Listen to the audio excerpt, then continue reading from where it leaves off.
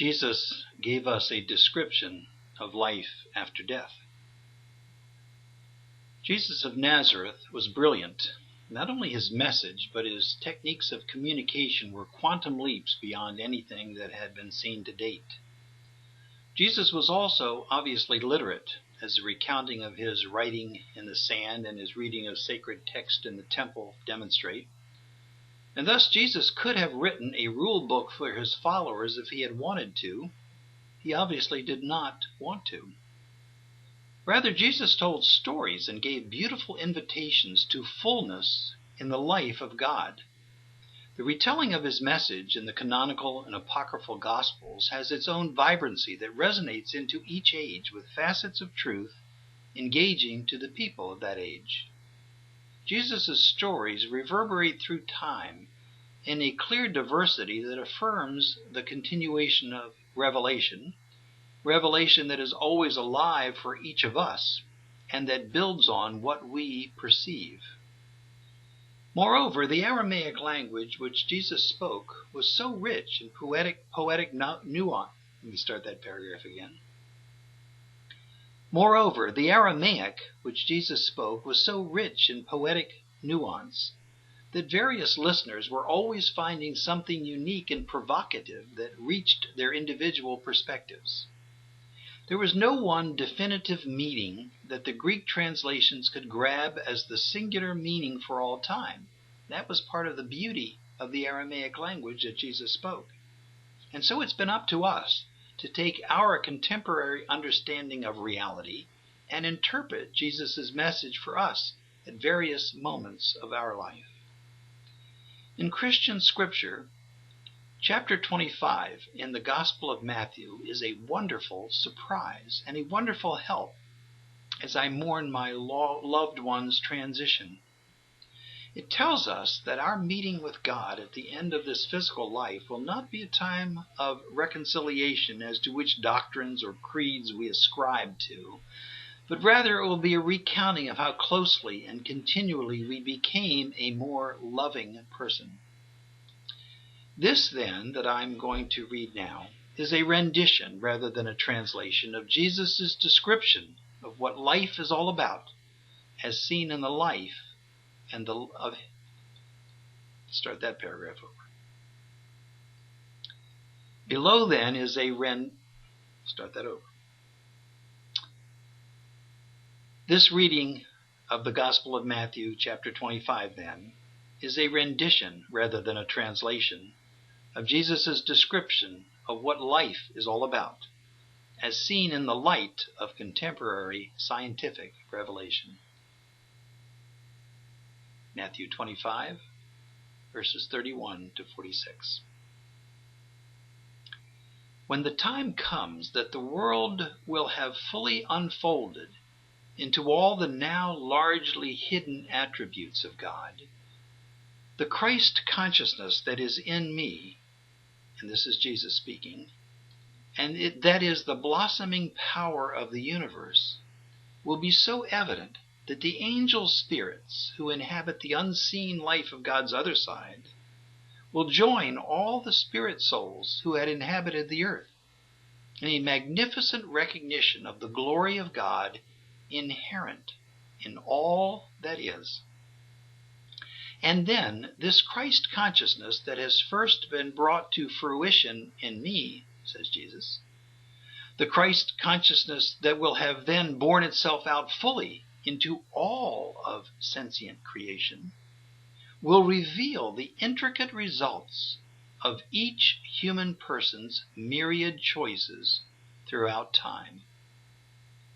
This recognition will be a blinding self-sorting that automatically reveals the blazing pervasiveness of God's love for all that God poured God's self out to be.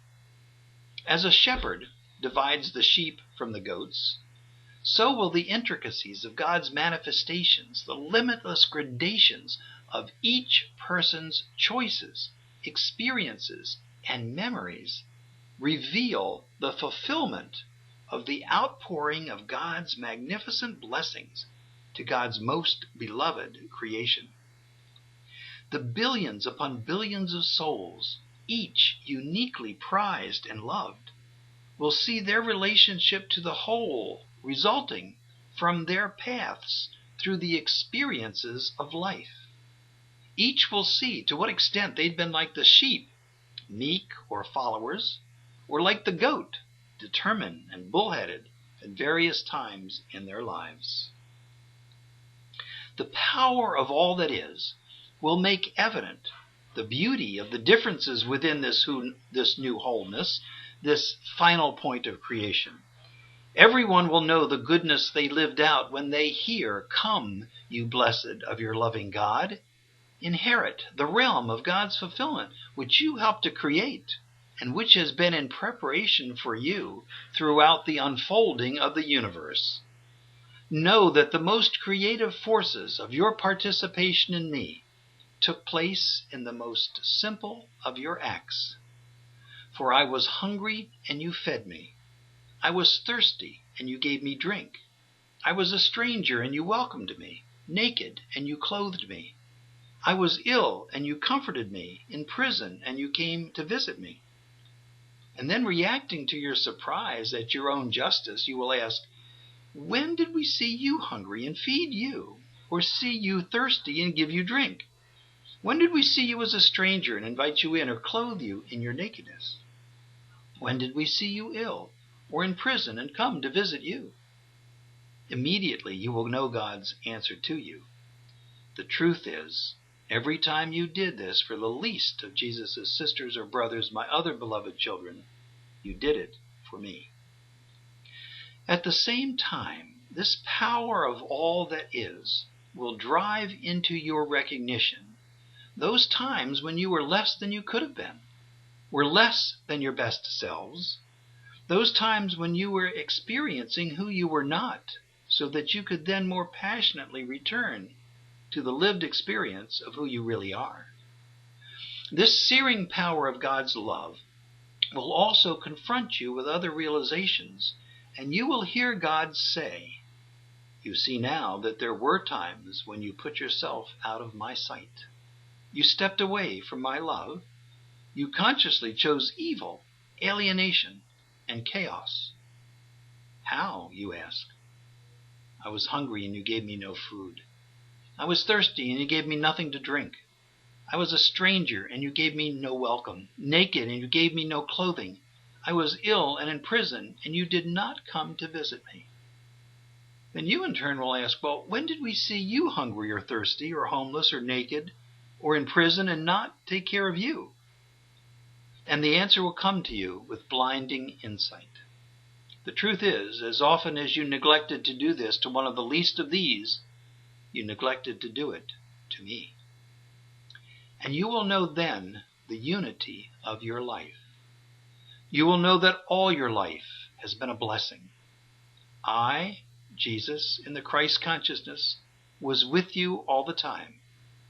You will know that God gave you the great gift of choice, the creative power of free will, all so that you could experience your way back to your origin, all so that you could create and live out your unique expression of God.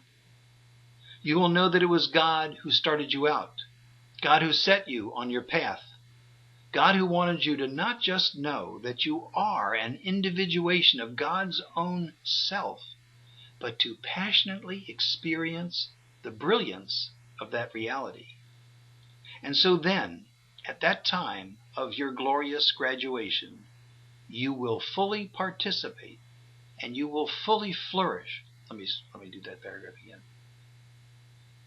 And so then, at that time of your glorious graduation, you will fully flourish as the part you are of the stupendous totality that is me. And so now, at this time of the glorious graduation of this person that I love so well, I know that he does flourish as the part he is of the stupendous totality that is God.